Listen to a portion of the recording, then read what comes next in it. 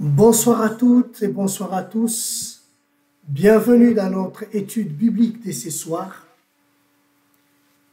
Nous croyons par la grâce de notre Seigneur Jésus-Christ, nous allons partager un moment de grâce, d'encouragement et de bénédiction dans la présence de notre Seigneur Jésus-Christ.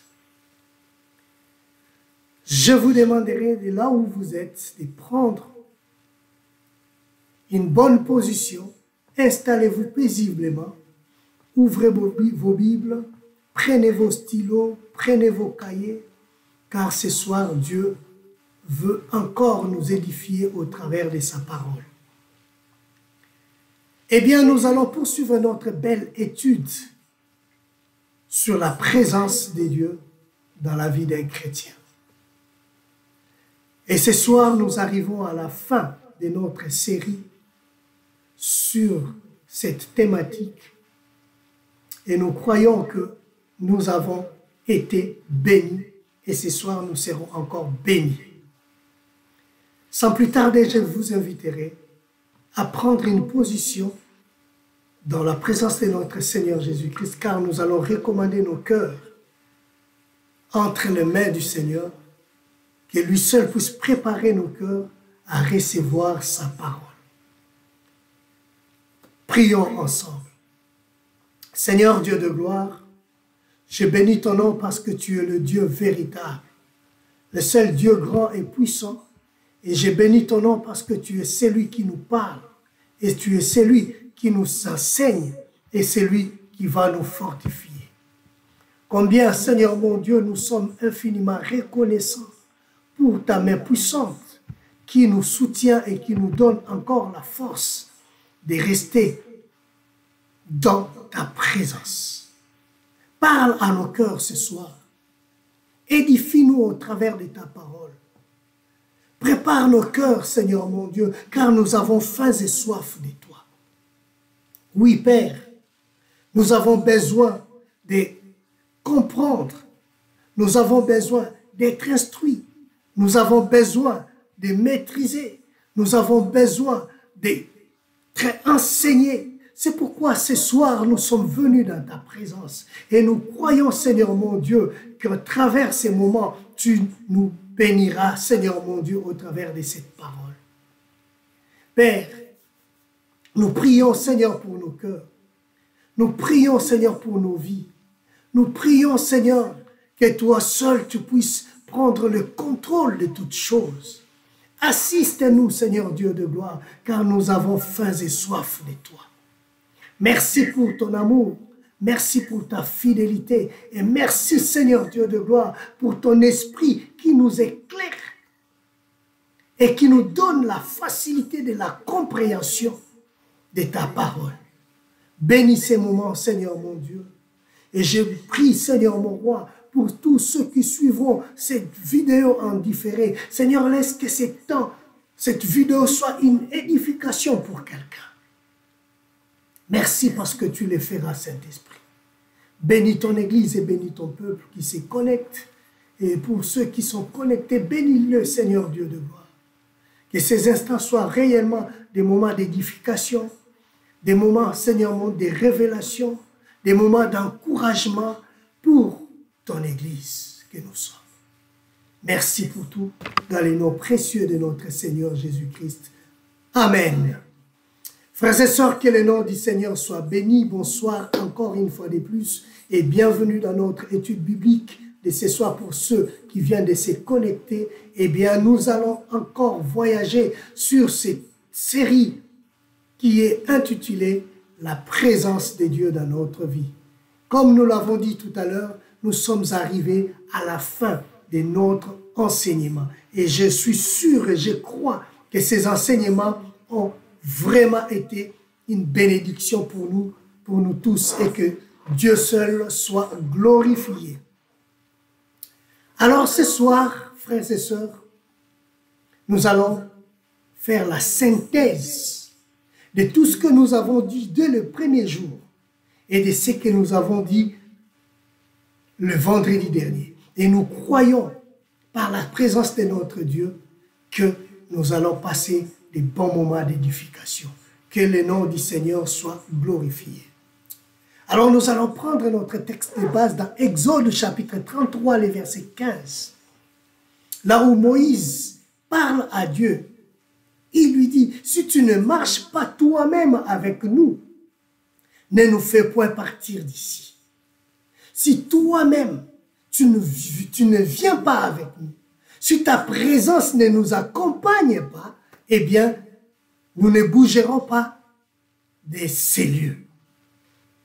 Alors, là, nous voyons, frères et sœurs, combien Moïse souligne l'importance de la présence de Dieu dans la vie d'un croyant. Sans la présence de Dieu, frères et sœurs, la vie devient ordinaire. Mais avec la présence de Dieu, elle devient extraordinaire. Parce que ça ne sera pas nous qui allons agir, mais c'est la présence de Dieu, c'est Dieu qui est présent en nous qui va se manifester. Sa présence transforme. La présence de Dieu dans notre vie nous rassure. La présence de Dieu dans notre vie nous guide, nous oriente et nous sanctifie, frères et sœurs. Voilà pourquoi il est important de comprendre et de saisir la portée de la présence de Dieu dans notre vie. Dans notre vie. Alors nous avons eu à définir la présence de Dieu. Nous avons dit que la présence, d'abord, le mot présent ou présence, ça signifie tout simplement être là, se manifester ou se faire sentir. Être présent, c'est-à-dire je suis là. Et quand on parle de la présence de Dieu, nous avons dit que c'est la proximité réelle et active de Dieu qui agit, qui protège, qui révèle et qui communique la vie dans la vie d'un croyant ou d'un chrétien. Je disais, la présence de Dieu, c'est la proximité réelle, c'est-à-dire Dieu est là, à côté de moi. Il est actif, c'est Dieu-là. Il agit, il protège, il révèle et il communique la vie dans notre être. C'est ça la présence de Dieu. C'est une réalité vivante et non quelque chose, un concept abstrait, mais c'est quelque chose qui est réel, qui est vivant. Nous voyons et nous sentons Dieu à côté de nous. Il est présent à nos côtés, frères et sœurs. Il nous a fait cette promesse. Dans l'Ancien Testament, Dieu promet d'être avec son peuple. Dans Ésaïe 41, le verset 10, lui-même, il a parlé. Il a promis qu'il sera avec son peuple. Arrêtez de promener les yeux de gauche à droite, parce que je suis là, votre Dieu. Je suis présent. Il nous a promis, frères et sœurs, qu'il se manifestera. Il s'est manifesté dans l'Ancien Testament, dans le buisson ardent dans Exode 3, où Moïse a vu la présence de Dieu s'est manifesté. Il voit le buisson en feu, mais le buisson ne se consume pas. Et il entend la voix de Dieu lui parler. Donc Dieu était présent là où était Moïse. Et quand ils sont sortis dans Exode chapitre 13 de l'Égypte, et ils marchaient vers la terre promise, la Bible dit que la nuée et la colonne de feu étaient là. La présence de Dieu s'est manifestée par la nuée et par la colonne de feu qui les accompagnait.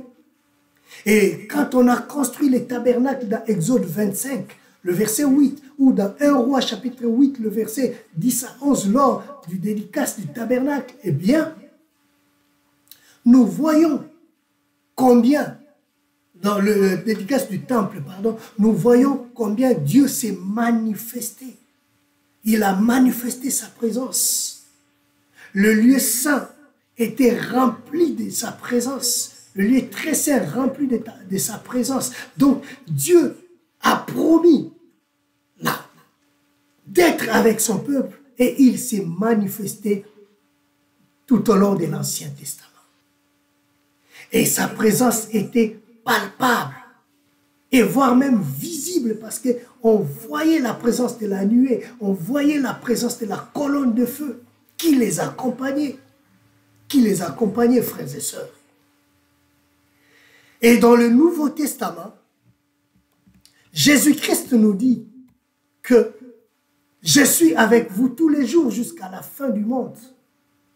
Là, c'est dans Matthieu 28, le verset 20. Avant même que Jésus-Christ nous parle de je suis avec nous, déjà dans Luc, chapitre 1, on nous donne la promesse que Jésus-Christ, l'enfant qui sera né, sera appelé Emmanuel, c'est-à-dire Dieu parmi nous. Donc la présence de Dieu devient palpable. Dieu parmi nous, par la personne de Jésus-Christ. Et dans Jean chapitre 1, la Bible nous dit que la parole était avec Dieu. Au commencement était la parole. Et la parole était avec Dieu. La parole était Dieu. Mais cette même parole a pris la forme humaine et a habité au milieu de nous. Donc Dieu était présent. C'est pourquoi Christ lui-même, quand il parlait à ses disciples, quand Thomas lui pose la question « Montre-nous le Père », eh bien, il a dit à ses disciples « Celui qui m'a vu, a vu le Père ». C'est-à-dire, Dieu était présent dans la personne de Jésus-Christ. Donc, la présence de Dieu était là. Dans le Nouveau Testament, frères et sœurs, cette promesse s'est réalisée quand Christ est parti lors de l'ascension. Cette promesse s'est encore accomplie par le Saint-Esprit pour une présence permanente de Dieu dans la vie d'un croyant. C'est pourquoi dans Jean 14, le verset 16 à 17, Christ est en train de parler à ses disciples qu'il est avantageux que je m'en aille. Je prierai le Père pour qu'il vous envoie un autre consolateur qui sera avec vous tout le temps. Tout le temps. Et c'est comme ça que dans Actes chapitre 2, nous avons la Pentecôte, l'effusion du Saint-Esprit, le Saint-Esprit est venu. Frères et sœurs, le corps du chrétien devient le temple du Saint-Esprit. Donc Dieu habite dans la vie d'un chrétien. Dieu habite dans la vie d'un croyant. Dieu est présent, frères et sœurs. Dieu est présent dans la vie d'un croyant. Alors, quelle est l'importance de la présence de Dieu dans la vie d'un croyant ou d'un chrétien? Nous avons dit, frères et sœurs, que la présence de Dieu est très importante dans notre vie. Pourquoi? Parce que cette présence nous guide, nous montre la direction à prendre. Cette présence, elle éclaire nos décisions. Proverbe chapitre 3, les versets 5 à 6. Cette présence éclaire nos décisions, nous guide, nous donne des orientations, frères et sœurs. Pour que nous ne puissions pas dans « si je savais ». Alors quand je sais que j'ai Dieu avec moi, la présence de Dieu est en moi, eh bien la première des choses que je vais faire, à chaque fois que je vais prendre une décision ou je veux une direction, je consulte d'abord Dieu qui est avec moi, qui est à mes côtés. Je le consulte parce que lui, il va m'éclairer. Quelle décision prendre? Quelle direction prendre? Qu'est-ce que je dois faire et ce que je ne peux pas faire? Donc, c'est important, frères et sœurs. Il est là pour nous. Il est avec nous. Et nous, des fois, nous ne prenons pas conscience de la présence de Dieu dans notre vie. Voilà pourquoi nous échouons dans ce que nous faisons, parce que nous ne prenons pas conscience que Dieu nous accompagne. Il est là, il est prêt à nous guider par ses conseils, il est prêt à nous montrer les chemins, frères et sœurs. Donc la présence de Dieu, retenons, Dieu est là pour nous guider, pour nous orienter. C'est lui qui nous donne la direction à suivre. C'est pourquoi nous devons solliciter la présence de Dieu chaque fois que nous voulons prendre une décision ou faire quelque chose. Eh bien, nous engager à quoi que ce soit, demandons à Dieu Il nous guidera. C'est le conseiller le parfait qui ne se trompe jamais. Je n'ai jamais vu quelque part où on me dit que non, sa parole me dit que Dieu s'était trompé quelque part. Non. Le meilleur qui peut t'orienter, te guider, eh bien, c'est le Seigneur. Fais-lui confiance. C'est pourquoi cherchons sa présence, frères et sœurs. Ayons faim et soif de sa présence. Deuxième importance, nous avons parlé de la paix et de la sécurité. Elle chasse la peur. Psaume 23, le verset 4. Même dans la vallée de l'ombre de la mort, je ne crains aucun mal parce que tu es avec moi. Même quand toutes les portes sont fermées et qu'il y a l'insécurité qui règne tout autour de moi. Mais je sais une chose, la parole de Dieu me dit que 1000 tombent à gauche, 10 000 à droite, je ne serai pas atteint. Donc la présence de Dieu, c'est la sécurité et ça nous donne la paix. Même au milieu des troubles, même au milieu des situations compliquées, cette présence nous rassure et nous donne la paix. Voilà pourquoi, frère, il est important de chercher la présence de Dieu dans notre vie. Troisièmement, la présence de Dieu, nous avons dit que ça transforme notre caractère. Elle produit en nous les fruits de l'esprit. Galates chapitre 5, le verset 22, que nous avons eu longtemps le temps de développer ensemble. Elle transforme notre caractère. Elle nous donne la maîtrise de soi. Elle produit en nous les fruits de l'esprit. La joie, l'amour, la douceur. Donc ça transforme notre vie. C'est pourquoi, frères et sœurs, cherchons la présence de Dieu. Quatrièmement, cette présence nous donne la force dans les épreuves. La présence de Dieu nous donne la force dans les épreuves. Elle soutient, elle fortifie. Dans Ésaïe 41, le verset 10, Dieu nous invite à tourner nos regards vers lui, à ne pas tourner nos regards gauche à droite, à lui faire confiance, parce qu'il est avec nous. Il est présent, il est avec nous, frères et sœurs. Faisons-lui confiance. Et Philippiens, vous pouvez noter aussi Philippiens chapitre 4, le verset 13. La présence de Dieu, elle nous fortifie dans le moment des épreuves. Dans le moment des épreuves, cette présence nous fortifie, frères et sœurs. J'aimerais vraiment que nous puissions lire Ésaïe 41, le verset 10. Ésaïe 41, le verset 10. Écoutons ce que la Bible nous dit. La Bible nous dit ceci. Ne crains rien car je suis avec toi. Ne crains rien car je suis avec toi. Ne promène pas les regards inquiets car je suis ton Dieu, je te fortifie et je viens à ton secours.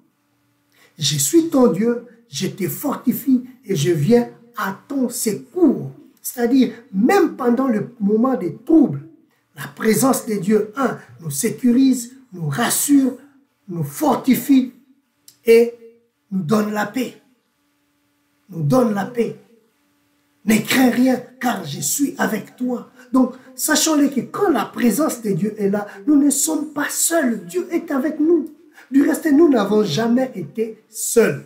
Dieu a toujours été avec nous. Il a toujours été avec nous. C'est pourquoi ce soir, je voudrais rassurer quelqu'un. Tu n'es pas seul. Dieu est avec toi. Il suffit tout simplement de prendre conscience de la présence de Dieu à tes côtés et fais-lui confiance et laisse-les agir. C'est pourquoi cherchons, ayons faim et soif de cette présence. Parce que cette présence, cinquièmement, nous donne la joie. Elle rend la vie pleine de sens et nous rend reconnaissants envers Dieu. Philippiens 4, 4. La présence de Dieu nous rend reconnaissants envers lui. Quand nous réalisons que non, même au milieu des troubles, j'ai la paix. Je me sens en sécurité. Malgré les épreuves, malgré les situations sont compliquées, mais je me sens en sécurité et je peux dormir paisiblement. J'ai la paix du cœur.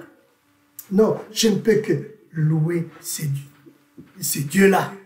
Je ne peux que les louer parce que il remplit mon cœur de la joie. C'est ça ce que fait la présence de Dieu. C'est pourquoi c'est important. Alors nous avons vu aussi, frères et sœurs, les dimensions, les différents types de la présence de Dieu dans notre vie. Eh bien, la première dimension de la présence de Dieu dans notre vie, nous avons parlé de l'omniprésence de Dieu dans notre vie. L'omniprésence de Dieu. Nous avons dit que Dieu est partout, en tout temps, il est partout. De la même manière, nous parlons de lui ici. Eh bien, en Europe, c'est de la même manière. Au même moment, on parle de lui dans n'importe quel coin du monde. Au même moment, toi, tu pries chez toi à la maison. Et au même moment, dans n'importe quel coin du monde, on a besoin de lui. Il intervient, tout comme il est présent en toi, il est aussi présent dans n'importe quel coin du monde. Donc, Dieu est partout, en tout temps. Elle procure, puisqu'il est partout, en tout temps, eh bien, sa présence nous procure la consolation. L'omniprésence de Dieu nous procure la consolation, la confiance. Parce que Dieu est là, où que j'irai, où que je serai, la présence de Dieu sera toujours avec moi. Donc j'ai confiance encore en ces dieux-là. Je peux marcher dans la sainteté, je peux doubler encore mon adoration parce que je sais que Dieu est là. Même au fond de l'eau, dans un trou, Dieu sera toujours avec moi. Parce qu'il est omniprésent. Il est omniprésent. L'omniprésence de Dieu, frères et sœurs, c'est une présence universelle. Une présence universelle. Une présence qui nous pousse à l'intimité, frères et sœurs. Parce qu'il habite dans nos cœurs. Donc nous devons développer l'intimité avec lui. Jean 14, le verset 23, ça nous pousse à développer l'intimité avec lui. Parce qu'il vit en nous. Et l'omniprésence de Dieu, c'est une présence glorieuse. Parce que sa gloire céleste se manifeste. Apocalypse 21, le verset 3. N'oublions pas aussi que la présence, l'omniprésence de Dieu, c'est aussi une présence de jugement. Rien n'échappe à son regard. Rien ne lui échappe, frères et sœurs. Amos, chapitre 9, le verset 2 à 4.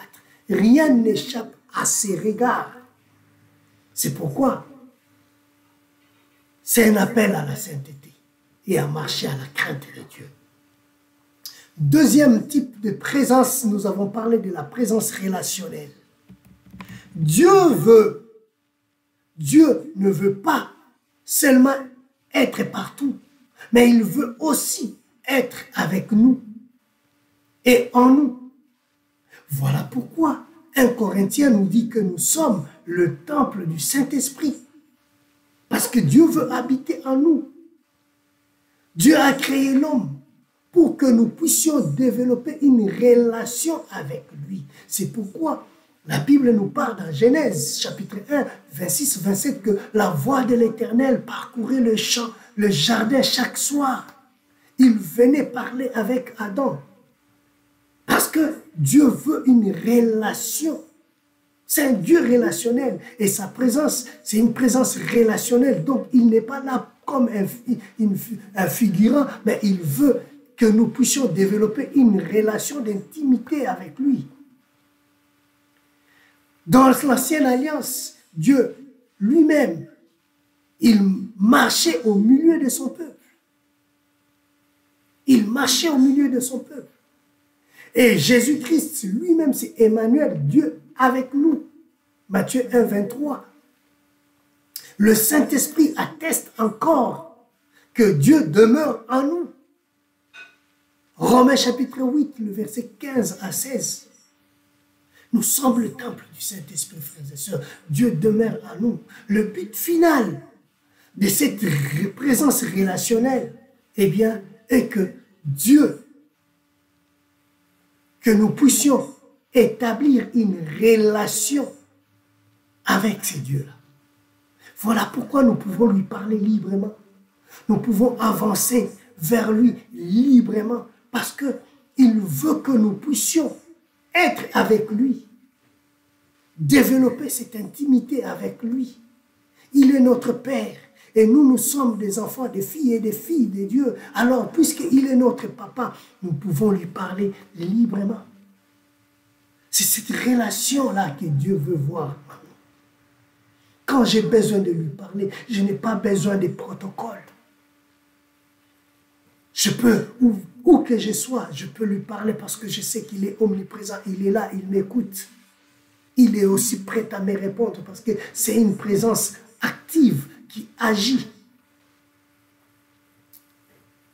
Frères et sœurs, nous avons aussi parlé, troisièmement, de la présence manifestée ou manifeste de Dieu.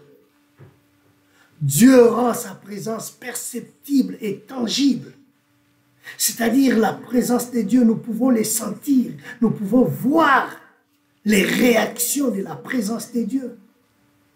Dans l'Ancien Testament, nous avons dit que Dieu s'est manifesté par la présence de la nuée et de la colonne de feu, qu'il a rempli les temples de sa gloire. Dans 1 Roi, chapitre 8, le verset 10. Il a rempli les temples de sa présence, de sa gloire. Et dans le tabernacle, la présence de Dieu était là. Et au travers les miracles que Christ a accomplis, nous voyons la manifestation de la présence de Dieu. Les malades sont guéris, les paralytiques marchent, les aveugles voient, les situations sont, on trouve des solutions. Eh bien, les problèmes trouvent des solutions. Dieu est en train d'agir, il est en train de se manifester au travers des actions concrètes. C'est la présence de Dieu, frères et sœurs. Et cette présence manifeste, nous la voyons aussi à l'église primitive, lors de la Pentecôte. La Bible dit que le Saint-Esprit était descendu, ils ont parlé de nouvelles langues. Et cette manifestation, jusqu'à aujourd'hui, nous voyons la manifestation de la présence de Dieu. Les guérisons par-ci, par-là. Frères, les effets de la manifestation de Dieu, nous les voyons jusqu'à aujourd'hui. Et cette manifestation de la présence de Dieu conduit à la crainte de son nom. Parce qu'avec tout ce que nous pouvons voir de la présence manifeste de Dieu, eh bien, ça nous pousse à la crainte de Dieu. Cette présence nous pousse à l'adoration. Parce que quand nous réalisons et nous voyons ce que Christ est en train de faire, ce que Dieu fait au travers de sa présence, des miracles qu'il a compris et qu'il accomplit, combien les vies sont transformées, nous ne pouvons que glorifier le Seigneur. Nous ne pouvons que marcher dans la crainte de Dieu. Frères et sœurs, nous ne pouvons que nous approcher de lui avec un cœur sincère. Sincère, frères et sœurs. C'est la présence manifeste de notre Seigneur Jésus-Christ. Quatrième type de présence, nous avons parlé de la présence éternelle que Apocalypse 21, le verset 3 nous parle. Il dit que Dieu, le tabernacle de Dieu, viendra et Dieu habitera au milieu de son peuple éternellement. Un jour, Dieu habitera pleinement avec les hommes. Ça, c'est la présence éternelle. À ce moment-là, il n'y aura ni séparation, ni souffrance, ni la mort. Il n'y aura même pas de maladie. Seulement la plénitude de la gloire et de son amour. Nous serons en présence de notre Père. Nous serons en présence de sa gloire. On ne parlera pas de la famine. On ne parlera pas de la maladie. On ne parlera pas, frères et sœurs, de la souffrance, ni de la séparation. Non, ça ne sera que la gloire, la louange, parce que nous serons en présence éternelle de notre Dieu. Oh, je vous invite, frères et sœurs, ne manquez pas de tels moments, parce que Dieu, nous le verrons face à face. Nous allons voir ceux qui nous ont précédés dans la foi. Nous verrons Paul, Pierre, Jean et tous ceux qui nous ont précédés dans la foi. Le Père Abraham, Isaac, Jacob, nous les verrons, mais dans la présence éternelle de notre Dieu. C'est pourquoi, frères, aspirons, marchons dans la crainte de Dieu. Marchons dans l'obéissance. Ayons fait soif de la présence de Dieu, frères et sœurs. Que cette présence nous encourage à demeurer encore et encore dans sa présence. Alors, à part la définition, les types de présence, et nous avons aussi parlé des conditions pour vivre la présence de Dieu dans notre vie. Eh bien, parmi les conditions, nous avons parlé de la foi vivante, la foi qui ne vacille pas, la foi qui reste ferme. Hébreux chapitre 11, le verset 6, la Bible nous parle de la foi. La Bible nous dit, « Or, sans la foi, il est impossible de lui être agréable. » Donc, sans la foi, il est impossible de lui être agréable. Car il faut que celui qui s'approche de Dieu croit qu'il existe. Celui qui s'approche de Dieu doit croire à la présence de Dieu. Doit croire que Dieu est là. Sa présence est là. C'est pourquoi, parmi les conditions pour vivre la présence de Dieu et rester dans sa présence, eh bien, il faut avoir la foi. Croire que Dieu là existe. Tu ne peux pas chercher la présence de quelque chose qui n'existait pas. Non. Non. Si tu veux bénéficier de cette présence, frères et sœurs, tu dois croire, avoir une foi vivante. Croire que Dieu existe.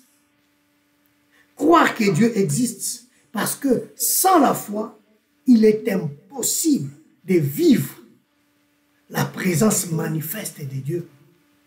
Il est impossible de vivre la présence éternelle de Dieu. Il est impossible de vivre les bienfaits de l'omniprésence de Dieu, ni d'avoir une relation, une présence relationnelle avec Dieu. Non, une relation d'intimité avec Dieu. Parce que tu ne crois pas que Dieu là existe. Il faut premièrement croire à cette présence-là. Croire que ce Dieu-là existe. Croire que je peux parler à ces dieux-là. C'est très important, frères et sœurs. Très, très, très important. Deuxième condition, c'est l'obéissance. Ah, marcher dans l'obéissance. Je crois, mais je dois aussi obéir à ce que sa parole me dit. Ce que ce Dieu-là me dit de faire, je dois croire et je dois obéir, frères et sœurs. Jean 14, le verset 21 et 23, la Bible dit ceci. Celui qui a mes commandements et qui les garde, eh bien, c'est celui qui m'aime. Et celui qui m'aime sera aimé de mon Père. Et je l'aimerai et je me ferai connaître à lui. Le verset 23 nous dit ceci. Jésus lui répondit, si quelqu'un m'aime, il gardera ma parole et mon Père l'aimera. Nous viendrons à lui et nous ferons notre demeure chez lui. Donc, c'est lui qui marche dans l'obéissance. C'est lui qui observe la parole de Dieu. C'est-à-dire, observer la parole de Dieu, Garder les commandements de Dieu, garder sa parole, c'est marcher dans l'obéissance. Je crois et je marche dans l'obéissance. J'applique cette parole. C'est pourquoi l'apôtre Paul nous dit, ne nous contentons pas à écouter, mais mettons cela en pratique. L'obéissance de la parole de Dieu, ça veut dire que je mets cette parole en pratique dans ma vie. Je vis cette parole dans ma vie. C'est ça, obéir à la parole de Dieu. Quand la Bible nous parle que l'impudicité c'est mauvais, eh bien, comment dois-je obéir à cette parole? Je l'applique dans ma vie et je ne tombe pas dans le piège de l'impudicité.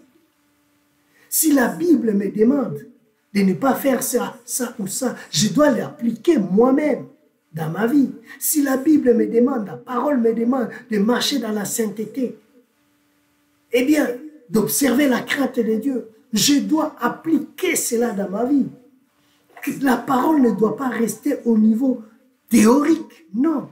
Je dois passer à la pratique de cette parole dans ma vie. C'est ça, garder mes commandements, c'est ça, mettre en pratique ou obéir à la parole de Dieu. C'est ça l'obéissance de la parole de Dieu. Je dois aussi, frères et sœurs, parmi les conditions, la sanctification. Marcher dans la sanctification. Hébreux 12, 14 nous parle. Sans la sanctification, eh bien, nous ne pouvons pas voir Dieu. C'est pourquoi, frères et sœurs, il est important, pour vivre la présence de Dieu dans notre vie, nous devons marcher dans la sanctification. Parce que Dieu ne coopère pas avec les péchés. C'est un Dieu saint. Il ne tolère pas le péché. Non, il aime le pécheur parce qu'il lui donne la possibilité de se convertir, de venir vers lui pour pardonner ses péchés. Mais il ne tolère pas le péché. Il n'accepte pas parce que c'est un Dieu saint. Il ne peut pas cohabiter avec le péché, non. C'est pourquoi quand nous voulons développer l'intimité avec Dieu, avoir une relation avec ces dieux-là, être dans la présence de ces dieux-là, eh bien, nous devons marcher dans la sanctification. La sanctification. Quatrièmement, nous avons parlé de la foi vivante, nous avons parlé de l'obéissance, nous avons parlé de sanctification comme condition pour vivre la présence de Dieu. Et aussi, quatrièmement, c'est la prière et la communion. La prière, frères et sœurs, est très importante. La prière, parce que c'est dans la prière, frères et sœurs, que nous allons développer une intimité avec lui. Quand j'aime, je prendrai le temps de parler avec mon Seigneur. Je prendrai le temps, je passerai le temps avec mon Seigneur. Je lui parlerai, je lui exprimerai ce que je ressens, mes craintes et mes douleurs, mes joies. Je lui parlerai, je partagerai avec mon Seigneur. Parce que je veux développer une relation d'intimité avec lui. La Bible nous dit dans Actes chapitre 4, le verset 31, quand les disciples ont vu qu'il y a eu la persécution, c'était trop. Ils se sentaient en insécurité. Ils ne pouvaient plus annoncer la parole de Dieu comme il fallait. Pierre arrêté, l'autre disciple décapité. Eh bien, ils ont pris le temps de prier, de rentrer, de communiquer avec Dieu. Ils ont fait la prière. La Bible dit au verset 31 de Actes chapitre 4, quand ils eurent prié, le lieu où ils étaient ensemble trembla. Ils furent tous remplis du Saint-Esprit et ils annonçaient la parole de Dieu avec assurance. Pourquoi? Parce qu'ils ont eu le temps de prier. Vous pouvez lire à partir du verset, du verset 19. Vous allez voir Pourquoi ils sont allés prier? C'est parce qu'ils voulaient exprimer leur crainte à Dieu. Parce qu'ils ont développé cette relation avec Dieu. Ils savaient que Dieu est là. Nous pouvons lui parler librement. Alors, ils se sont mis ensemble. Ils ont prié après avoir relâché Pierre. Ils se sont mis ensemble et prié. Et prié, frères et sœurs. Et Dieu a répondu à leurs prières. Parce que c'est un Dieu qui répond. Il a dit, invoque-moi, je te répondrai. C'est ça la relation que Dieu veut que nous ayons avec lui. 1 Thessaloniciens 5, 17, la Bible nous encourage à cette démarche de prier sans cesse, de parler à Dieu, de rester en communion avec ces dieux-là. Cinquièmement, parmi les conditions pour vivre la présence de Dieu, eh bien, c'est la louange et l'adoration. La louange et l'adoration. La Bible dit, là où 2 ou 3 se réunissent à son nom, il est présent. Et le psaume chapitre 22, le verset 3, la Bible nous dit ceci, David nous dit, mon Dieu, j'écris les jours et tu ne me réponds pas. La nuit, je n'ai point de repos. Je n'ai point de repos. Il a continué à parler jusqu'à ce que tu me répondras. Jusqu'à ce que j'entendrai ta voix. Frère, ces cinq attitudes, la liste elle est longue, mais les 5 attitudes que nous venons d'énumérer maintiennent notre conscience de la présence quotidienne de Dieu. Que Dieu est tous les jours présent dans notre vie. C'est pourquoi quand j'ai la foi et je crois que Dieu est là, partout et tous les jours, même en dormant, je dors dans la sécurité parce que je sais que Dieu est là. Quand je marche dans l'obéissance, je mène une vie de sanctification et la crainte de Dieu. Je prends tout mon temps dans la prière et dans la communion. Eh bien, j'adresse mes louanges et mes adorations à Dieu. C'est un moment pour moi de garder ma conscience de la présence de Dieu dans ma vie. Frères et sœurs, c'est très important. C'est très, très important. Alors, nous avons parlé des différents types de la présence de Dieu. Nous avons parlé des conditions pour vivre la présence de Dieu dans notre vie. Alors maintenant, voyons quels sont les effets de la présence de Dieu dans notre vie. Là, nous sommes en train de faire la synthèse. Nous sommes en train de conclure sur la présence de Dieu dans notre vie. Quels sont les effets de la présence de Dieu dans notre vie, frères et sœurs? Qu'est-ce que la présence de Dieu nous apporte dans notre vie? 1. Cette présence nous rassure. Nous l'avons dit. Elle chasse la peur et elle donne la paix. Elle chasse la peur et elle donne la paix. C'est pourquoi il nous dit, ne crains rien, ne promène pas les regards inquiets, car je suis avec toi. Je suis ton Dieu. Fais-moi tout simplement confiance. Ésaïe 41, 10. Donc la présence de Dieu nous rassure. Même quand nous traversons des situations compliquées, même quand nous sommes dans la vallée de l'ombre de la mort, la présence de Dieu est là parce que cette présence nous rassure, nous donne la sécurité.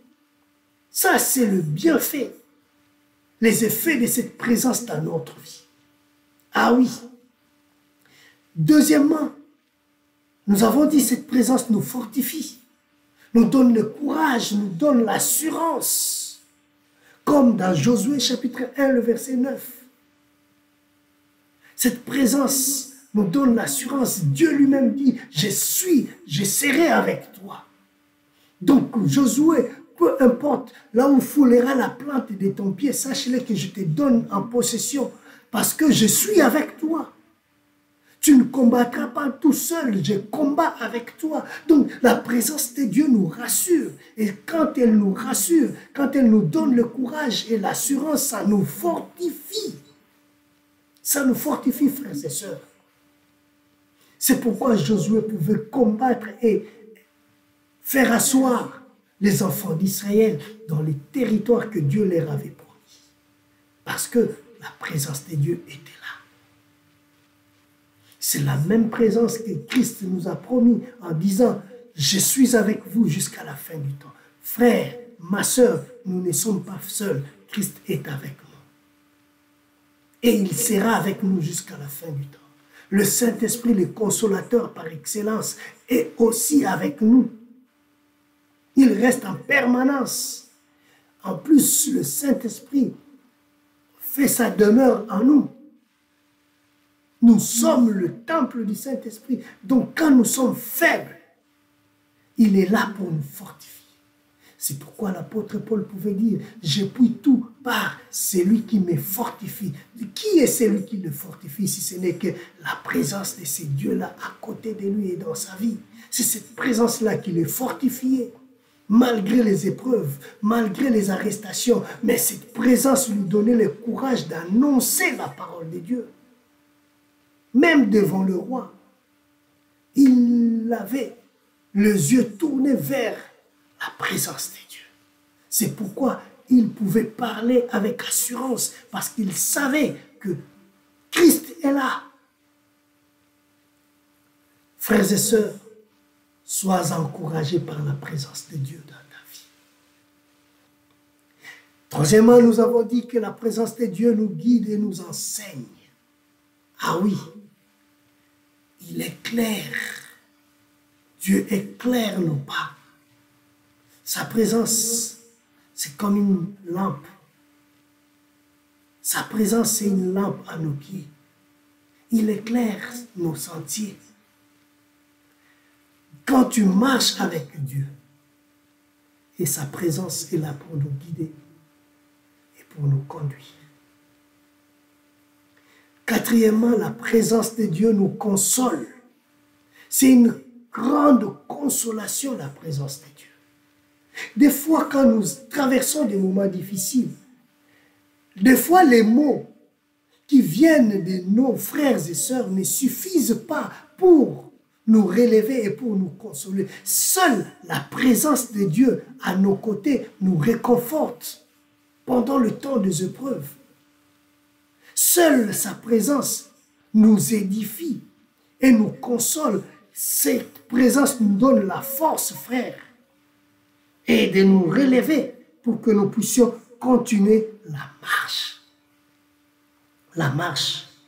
Des fois, nous pouvons rester là, en train de parler, mais nous voyons que ce que nous disons à une personne qui est éprouvée, à une personne qui traverse des moments d'épreuve durs, ça rentre là, ça sort de l'autre côté. C'est comme si la personne te dit, mais elle ne comprend pas ce que je suis en train d'endurer, ce que je suis en train de subir. C'est bien beau de parler parce que tu n'es pas dans ma condition. C'est comme les amis de Job. C'est bien beau, Elihu, de parler parce que tu ne te retrouves pas dans ma condition. Si tu étais dans ma condition, tu allais comprendre la douleur de ce que je suis en train d'endurer. C'est pourquoi j'ai dit, les mots peuvent être insuffisants pour consoler quelqu'un, mais la présence de Dieu réconforte, même dans les épreuves. Cette présence est là pour nous relever. 2 Corinthiens chapitre 1, le verset 3 à 4. 2 Corinthiens chapitre 1, le verset 3 à 4. La Bible nous dit, béni soit les pères, béni soit Dieu, les pères de notre Seigneur Jésus-Christ, le Père des miséricordes et le Dieu de toute consolation. La Bible parle de toute consolation, pas une partie de la consolation, mais toute consolation, qui nous console dans toutes nos afflictions, afin que, par la consolation dont nous sommes l'objet, de la part de Dieu, nous puissions consoler ceux qui se trouvent dans quelques afflictions. Ça change. La consolation de Dieu vient nous réconforter, afin que nous soyons et nous devenions des objets de consolation pour les autres. Ceux qui traversent les mêmes épreuves que nous avons endurées et que Dieu nous a fait sortir de ces épreuves par sa présence qui réconforte, qui console, nous aussi, notre expérience doit consoler les autres, aider les autres à s'en sortir. Et n'oublions pas que le Saint-Esprit est le consolateur par excellence. Et sa présence en nous, eh bien, elle nous console. Elle nous console. Les bienfaits, frères, les effets de la présence de Dieu, la consolation. La consolation. Un autre effet, c'est la transformation. La présence de Dieu change notre vie, change notre cœur, change notre comportement, renouvelle en nous les choses qui étaient brisées. Et Dieu nous donne une nouvelle orientation. Cette présence produit en nous les fruits de l'esprit. Un homme qui était dur, qui avait des paroles dures, est devenu l'homme le plus doux à cause de la présence de Dieu. Un homme qui manquait la maîtrise de soi, qui était impulsif, à cause de la présence de Dieu, il devient l'homme le plus doux et le plus maîtrisé. Il sait se maîtriser. Il sait contrôler ses impulsions. Frères et sœurs, ça, ce sont les effets de la présence de Dieu dans nos vies. Il change nos cœurs et renouvelle nos vies. Ça, c'est la présence de Dieu dans notre vie. C'est ce qui fait la présence de Dieu dans notre vie. Et nous avons aussi parlé de comment cultiver cette présence dans notre vie. Et c'est comme nous avons dit, par la prière. Une prière, pas une prière à dents de scie où je prie aujourd'hui, demain je n'ai pas la force de prier, je peux passer 2 jours sans prier, juste des petites prières pour calmer ma conscience. Seigneur, merci pour la nourriture. Et j'en passe. Seigneur, merci parce que tu m'as gardé toute la nuit et je vais dormir, garde-moi au nom de Jésus. Amen. Non, pas de telle prière, mais une prière constante. Je parle à Dieu d'une manière constante. Nous dit 1 Thessaloniciens 5, 17, priez sans cesse. Parlez continuellement à Dieu. Même si je n'ai rien à lui dire. Mais je ne peux jamais manquer des choses à lui dire. Je ne peux jamais manquer des choses à dire à Dieu. Je ne suis pas là que pour présenter des requêtes et des requêtes et des requêtes. Demande, parce qu'il a dit, demandez, l'on vous donnera. Alors moi, ma vie se résume toujours par, Seigneur, donne-moi. Seigneur, vois ceci. Seigneur, interviens. Seigneur, non. Il a aussi besoin d'entendre que je t'aime, Dieu. Mon Père, je t'aime. Merci pour le souffle de vie. Merci pour le soleil. Oh, pour cette pluie qui est tombée. Ça a poussé les semences et nous aurons à manger, nous ne manquerons. De telles choses, Dieu a besoin de les entendre. Des actions de grâce. Merci, Père, pour avoir fait telle chose dans la vie de mon frère, de mon enfant, de ceci, de mon épouse. Il a besoin d'entendre cela. Et nous pouvons librement communiquer avec lui, parler avec lui par une prière constante. Une prière constante. Deuxièmement, nous pouvons cultiver la présence de Dieu aussi par la méditation de la parole de Dieu. C'est là que nous rencontrons le Seigneur. C'est là que Dieu nous parle aussi. C'est un moyen que Dieu a mis en place pour nous parler, la méditation de la parole de Dieu. Josué 1,8, la Bible nous dit que ce livre de la loi ne s'éloigne point de ta bouche, médite-les jour et nuit. C'est ainsi que tu réussiras. Frères et sœurs, à part la prière, nous avons aussi la méditation de la parole de Dieu. La méditation de la parole de Dieu. Il y a aussi un autre point qui est la louange. La louange et l'adoration. La louange et l'adoration, frères, nous mettent dans des conditions où nous pouvons contempler la présence de Dieu et sentir la présence de Dieu à nos côtés. La louange et l'adoration. L'obéissance et la sanctification. Frères et sœurs, nous rendre conscients chaque jour de la présence de Dieu dans notre vie. Frères et sœurs, vivre chaque jour nos instants sous les regards de notre Dieu et dans sa présence, c'est ce qui est le plus important. Le plus important.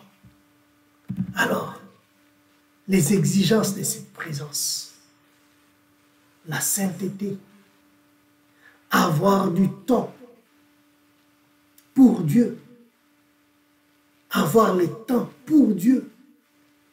Des fois, frères et sœurs, nous avons le temps pour toutes choses. Nous avons le temps pour toutes choses, mais jamais le temps pour Dieu. Regardons tout simplement notre emploi du temps de la journée. Quelle part nous réservons à notre Dieu? Alors que la Bible nous dit, nous pouvons lui parler sans cesse. 1 Thessaloniciens 5, 17. Mais nous sommes incapables de le faire. Incapables. Alors que nous devons passer du temps pour lui, pour Dieu et avec Dieu. Troisièmement, c'est avoir soif de cette présence-là. Ah oui, nous avons développé dernièrement avoir la soif de la présence de Dieu. Combien c'est bénéfique d'avoir la soif de la présence de Dieu. Parce que la prière, c'est le canal par lequel nous pouvons vivre la manifestation de la présence de Dieu dans notre vie. La Bible dit, approchez-vous de Dieu et il s'approchera de vous. Approchez-vous de Dieu et il s'approchera de vous. Jacques chapitre 4, le verset 8. La prière est la clé pour demeurer près de Dieu. Ah oui, c'est la clé pour demeurer près de Dieu. La Bible nous montre plusieurs exemples. Moïse a prié. Jésus lui-même et les apôtres, ils ont prié. Jésus est monté dans la montagne de transfiguration pour implorer la présence de son Père. Il a pris du temps dans la prière pour le choix des 12 apôtres. Et nous, aujourd'hui, nous n'avons pas besoin de la présence de Dieu ou de la prière. Non, frères et sœurs. Nous devons prendre conscience de cette présence.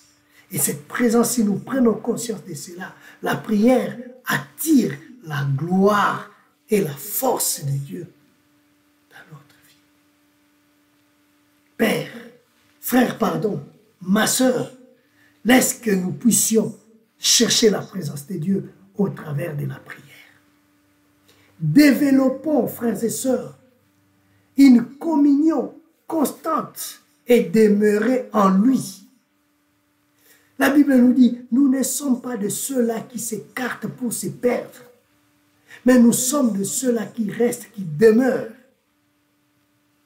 qui n'abandonnent pas leurs assemblées, qui n'abandonnent pas la présence de Dieu. Même si ça chauffe, je n'abandonnerai jamais la présence de Dieu.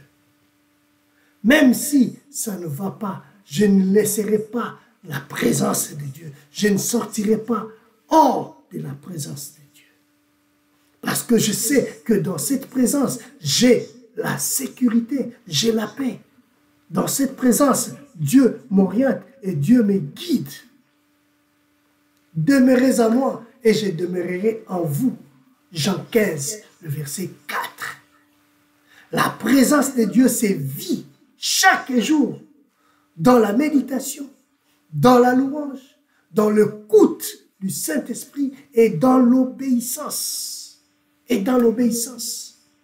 La Bible nous donne l'exemple d'Enoch et de David. Ils ont expérimenté ces choses. Ils sont aujourd'hui des exemples. Ils marchèrent continuellement avec Dieu. La preuve, Enoch n'a pas connu la mort. Dieu l'a pris parce qu'il était continuellement dans la présence de Dieu. Et Dieu l'a récupéré. Il n'a pas connu la mort. Il n'a pas connu la mort, frères et sœurs. Dieu était avec lui.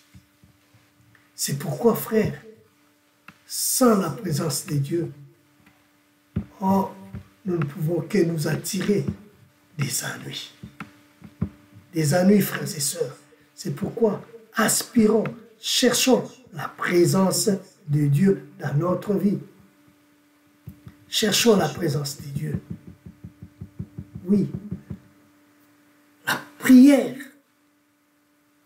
Sans la prière, sans la communion intime, eh bien, sa présence peut se retirer dans la vie d'une personne. Quand la prière s'éteint et la vie spirituelle est devenue froide, eh bien, Dieu peut se retirer.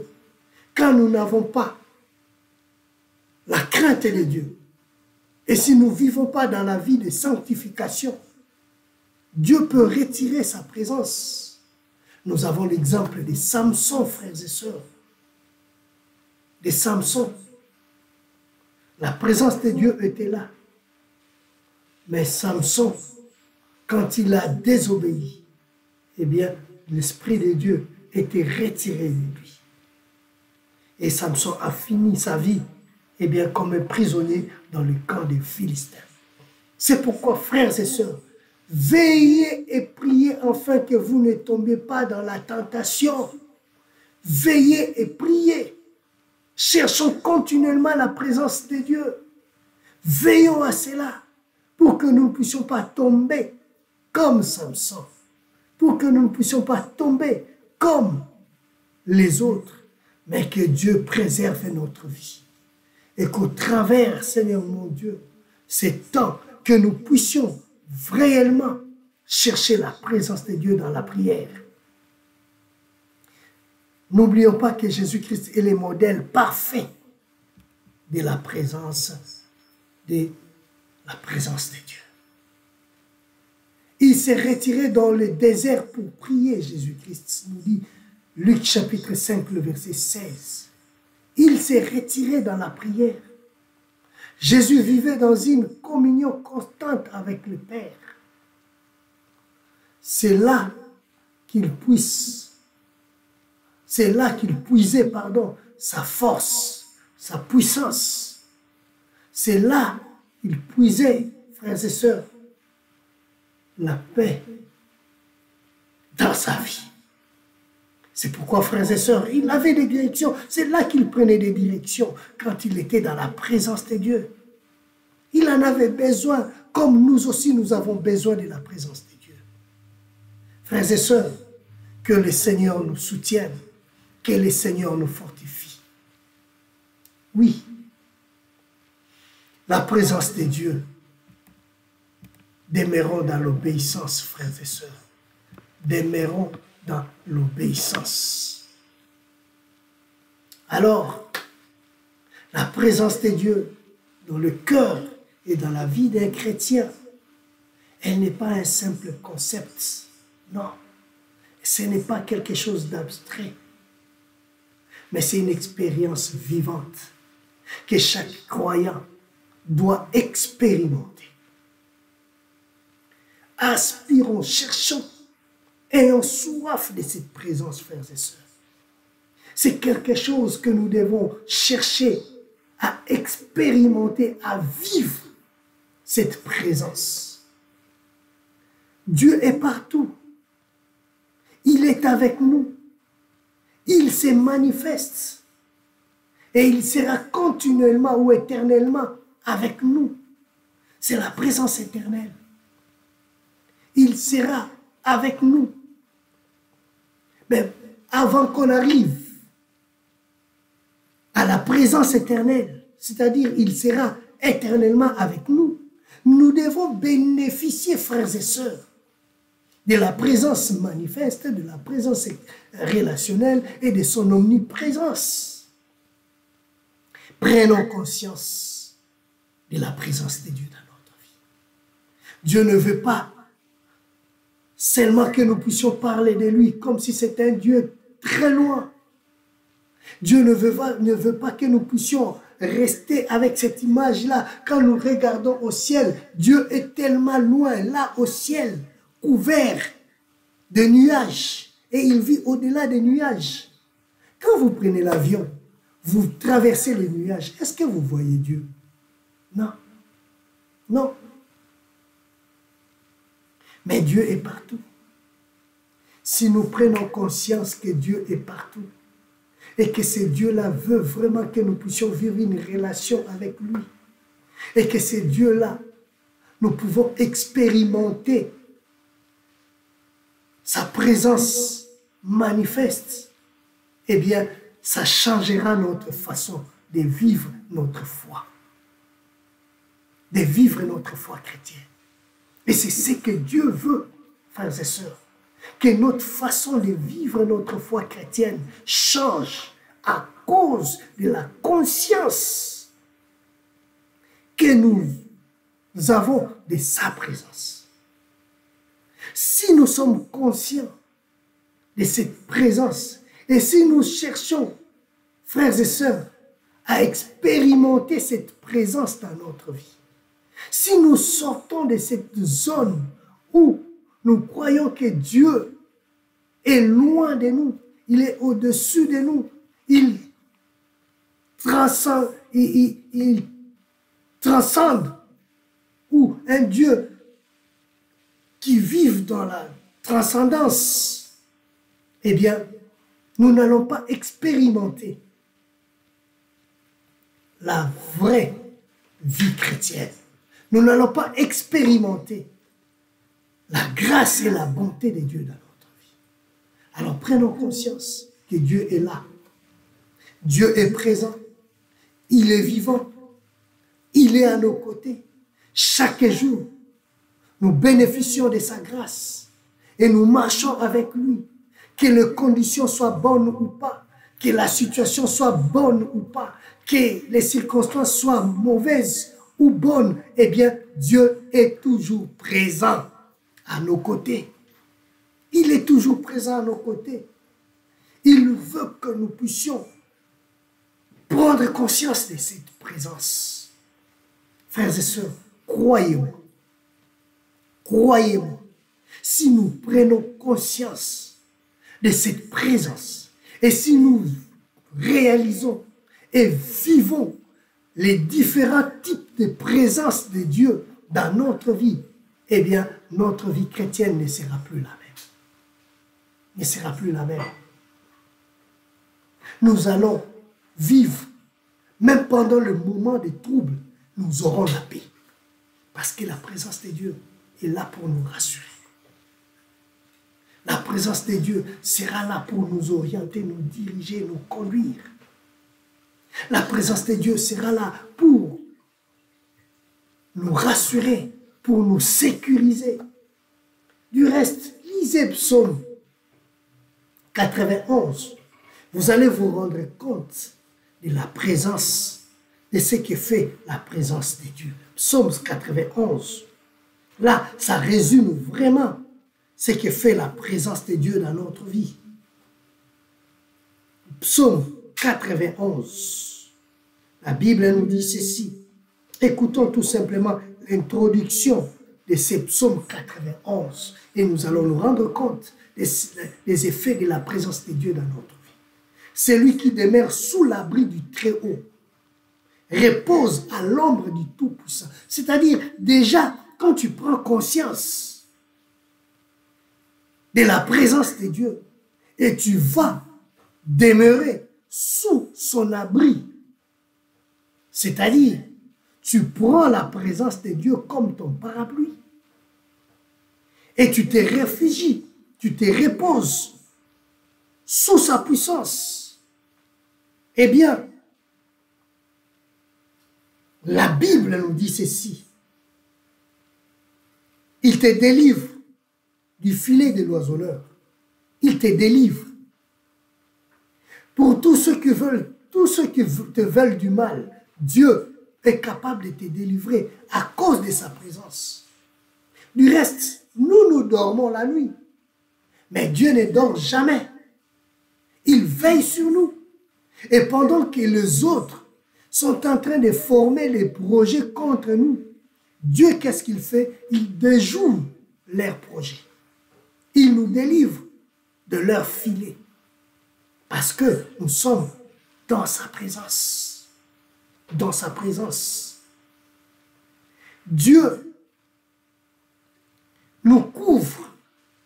Il nous protège de la peste qui ravage. Dieu nous protège. Il nous couvre, frères et sœurs. La fidélité de Dieu, la Bible nous dit, c'est un bouclier. Que 1000 tombent à gauche, 10 000 à droite, nous ne serons pas atteints parce que Dieu est présent. Il nous protège. Alors pourquoi fuir la présence de Dieu, frères et sœurs? Au contraire, nous devons chercher à rester, à demeurer dans la présence de Dieu. Frères et sœurs, que le Seigneur nous aide, que tous ces enseignements, nous avons eu presque 1 mois et demi ou 2 mois à parler de la présence de Dieu dans notre vie. Nous avons vu l'importance de la présence de Dieu. Nous avons vu les effets de la présence de Dieu dans notre vie. Nous avons vu comment cultiver cette présence. Nous avons parlé des exigences de la présence de Dieu. Et à nous maintenant d'expérimenter, de vivre cette présence dans notre vie. Que le Seigneur nous bénisse, que le Seigneur nous garde, que nous puissions expérimenter la présence de Dieu. Que cette présence soit réellement une vie en nous. Pour que cela soit une expérience vivante dans notre vie en tant que chrétien. Vivons cette présence, sentons cette présence, cherchons cette présence, ayons faim et soif de cette présence, parce que Dieu veut vivre une relation avec toi et moi. C'est pourquoi nous devons expérimenter cette présence dans notre vie. Chaque jour, quand tu t'élèves, Seigneur, merci parce que tu es avec moi. La journée, merci parce que tu es avec moi. Au travail, merci Seigneur parce que tu es avec moi. À l'école, à l'université, Seigneur, tu es avec moi. Tu es avec moi. Quand les situations se compliquent, Seigneur, donne-moi la paix parce que toi, tu es là. Donne-moi la paix. Tu es capable de me faire sortir de cette situation. Tu es capable de m'aider à surmonter cette situation. Les disciples dans la barque, n'eût été la présence de Dieu, eh bien, ils n'allaient pas arriver de l'autre côté. Mais la présence de Dieu a calmé la tempête et ils ont traversé paisiblement à cause de la présence de Dieu. Heureusement, il y avait la présence de Dieu. Alors, heureusement pour nous, Dieu est là. Dieu est là. Ne tournez plus le regard inquiet, ni à gauche, ni à droite. Crois à cette présence. Sens cette présence. Vis cette présence. Parce que cette présence est aussi manifeste. Que le Seigneur nous bénisse et que le Seigneur bénisse son Église. Alors nous allons prier le Seigneur et chacun va prier. Si quelque part tu commençais à douter de la présence de Dieu dans ta vie à cause des difficultés, des épreuves, tu pensais que Dieu t'a abandonné, Dieu t'a rejeté, eh bien, ce soir, j'aimerais vraiment que tu puisses expérimenter la présence de Dieu dans ta vie. J'aimerais vraiment que tu prennes conscience de la présence de Dieu dans ta vie. Et quand tu prends conscience de cette présence, tu vas vivre la présence manifeste de Dieu dans ta vie. Parce que celui qui s'approche de Dieu doit croire que Dieu existe. Élevons nos voix et prions ensemble. Seigneur Dieu de gloire, garde mon cœur. Qu'en aucun jour que je puisse douter de ta présence dans ma vie. Qu'aucun jour que je puisse tourner les dos à ta présence. Qu'en aucun jour que je puisse te repousser dans ma vie. Rappelle, Saint-Esprit, dans mon cœur, que tu es là et que je suis le temple, ton temple, Saint-Esprit, et que tu vis en moi. Seigneur, aide-moi à expérimenter cette présence quotidiennement, chaque jour dans ma vie. Que cela soit aussi les prières de mon frère, les prières de ma soeur, que nous puissions expérimenter ta présence chaque jour. Remplis-nous de la faim et soif de ta présence dans notre vie. Nous voulons vivre, Seigneur mon Dieu. Ton Église veut vivre ta présence dans la vie de mon frère, dans le couple de mon frère et de ma soeur. Seigneur, dans la vie, dans les études de mon frère, au travail de mon frère, dans les affaires de mon frère. Nous aimerions, Père, vivre et expérimenter la présence manifeste de Dieu. Vivre une présence relationnelle. Parce que nous croyons que tu es un Dieu omniprésent. C'est pourquoi, Père, garde nos cœurs et garde nos vies. Seigneur, là où la faiblesse avait pris place à cause de coups, des épreuves, mais Seigneur Dieu de gloire, nous croyons à ta présence qui fortifie, qui relève. Relève quelqu'un ce soir à cause de ta présence. Fortifie quelqu'un qui est faible à cause de ta présence. Guéris celui qui est faible, malade à cause de ta présence. Celui qui traverse des moments difficiles, celui qui a besoin d'être visité par une maternité. Père, visite, Seigneur mon roi, à cause de ta présence. Nous croyons, Père, que tu es capable. Si tu as visité Anne, si tu as visité Sarah, tu es capable de visiter, Seigneur mon Dieu, mes frères, mes sœurs qui ont besoin de la maternité. Si tu as béni, Seigneur Jacob à Guérard, pendant qu'il faisait, Seigneur mon Dieu, pendant qu'il y avait la sécheresse, frère, tu es capable de bénir mon frère, ma soeur, ton église qui traverse des moments difficiles. Relève-toi, Seigneur, parce que ta présence fera la différence pendant des moments de crise, pendant des moments de sécheresse, pendant des moments de preuve. Seule ta présence fera en sorte que nous puissions vivre la différence comme Jacob avait vécu la différence à Guérard. Tu es capable, Seigneur, à cause de ta présence. Merci pour le culte de ce dimanche. Merci pour la réunion des ados. Visite-les par ta présence. Nous aimerions qu'ils puissent expérimenter quelque chose de nouveau dans leur vie, qui laissera des traces indélébiles dans leur vie, qui les amènera à une vie de crainte et de, Seigneur mon Dieu, de dévouement à toi. Seigneur, bénis cette réunion, qu'au travers de cette réunion, que de grandes choses se manifestent à cause de ta présence, Saint-Esprit. Merci. Nous croyons que tu les feras, tu les visiteras, parce que toi-même, tu seras présent. Le cœur qui viendront, Seigneur mon Dieu, et qui auront faim et soif de toi, tu te manifesteras. Parce que ta présence transforme, tu transformeras le cœur. Mais même pour le dimanche, Père, nous croyons à ta présence. Nous croyons aux signes et des prodiges, des miracles, Seigneur mon Dieu, à cause de ta présence les dimanches. Soit avec les choristes qui vont aller, Seigneur mon Dieu, répéter les samedis. Assiste-les, que ta présence les envahisse, Saint-Esprit. Merci, Père, parce que nous croyons Et tu le fais. Parce que tu es présent. Tu le fais. Et nous te bénissons, Père, pour tout ce que tu fais, même pour le projet, Seigneur mon Dieu, de l'Église. Père, nous prions que tu manifesteras ta grâce et nous allons expérimenter, Seigneur, ta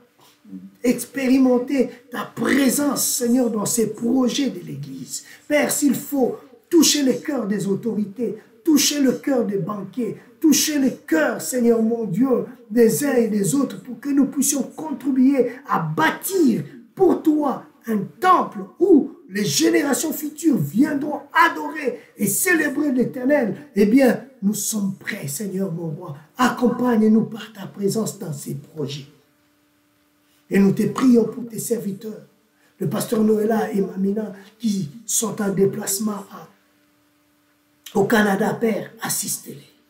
Et bénis ton Église, parole du salut. Et toutes les autres extensions, Père, nous avons besoin d'expérimenter ta présence sous les différentes formes. Parce que ta présence apporte la paix, la sécurité, la stabilité, frères et sœurs. Même pendant le moment des épreuves, nous avons besoin de toi. Merci, Père. Et bénis ces moments dans le nom de Jésus. Amen. Que Dieu bénisse sa parole. Amen. Et frères et sœurs, le lundi, nous commençons notre temps de prière, de jeûne et de prière. ATM. Donne-moi cette montagne. Il n'y a pas de commentaire. Je vous invite à prendre des dispositions pour qu'ensemble, nous allons monter à la montagne pour aller chercher Dieu. Disposons-nous tout simplement. Dieu a besoin d'un cœur disposé. Dis-toi que ces temps, du 20 jusqu'au 31, ces 11 jours, je les mets de côté pour le Seigneur. Le soir, je vais manger léger parce que je veux être dans la présence, rester dans la présence de Dieu. Je sacrifie ces 11 jours de jeûne et prière pour toute l'Église dans la présence de Dieu. Je serai là. Je serai là. Prends déjà les dispositions. À partir de dimanche à minuit, nous sommes en jeûne. Jusqu'au lendemain à 18 h où nous prendrons quelque chose de léger et on se retrouve à 19 h en ligne pour la prière. Et le mardi, nous sommes là en présentiel. Je veux voir, et le Seigneur aussi sera content de voir la salle remplie par ceux-là qui ont faim et soif de la présence de Dieu. Alors venez mardi et connectez-vous dans les différents programmes de notre temps de prière. Le Seigneur nous fera énormément du bien. Demain, les parents, libérons nos jeunes ados parce que nous avons notre rencontre à Argenteuil.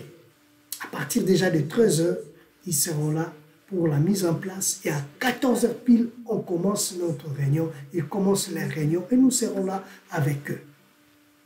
Et nous croyons que le Seigneur le visitera. Donc, les ados, prenez les dispositions, parents, prenez les dispositions pour que les ados, ton fils, ta fille, ne manquent pas à cette réunion.